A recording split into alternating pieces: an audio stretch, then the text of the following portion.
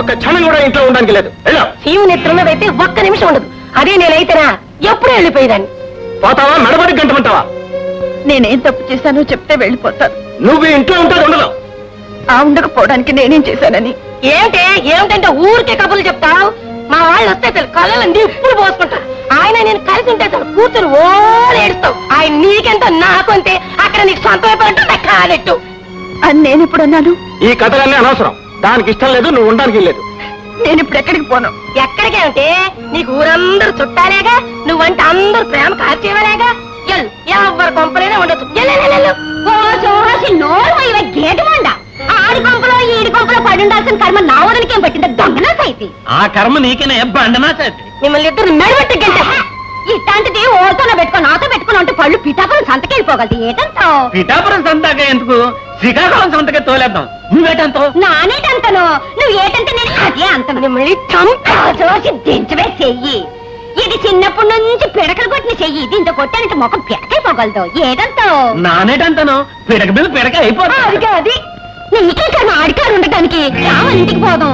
ఏటంతో? నానేటంతను. బంగారాలంటే కొడుకున్నాడు, నెత్తినెట్టుకుని పూజించుకుంటాడు. ఈ కుక్కలతో నీకేటి పని? నేను ఎక్కడికి రాను. రాకెక్కడికి వెళ్తావు? నువ్వు ఇళ్ళలో ఉంటే ఏ అర్ధరాత్రి కూడా నిన్ను చంపేస్తారు. నిన్ను ఎందుకు బయటికి గంటేస్తుందో తెలుసా? ఇల్లు అంటే దాన్ని నెత్తిన పెట్టు పోదామని. ఏటంతో? నానేటంతను.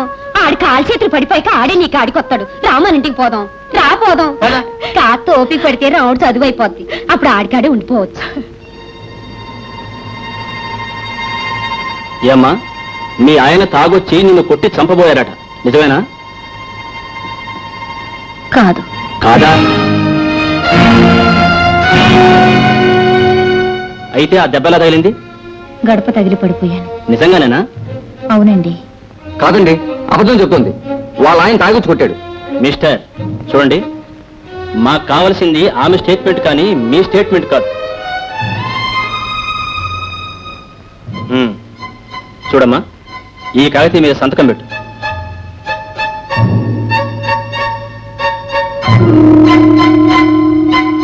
థ్యాంక్ యూ డాక్టర్, వస్తాను. మంచిది సార్. చిచ్చి, నీ మీద జాలి కలిసి తీసుకొచ్చినందుక మమ్మల్ని వదనం చేసావు.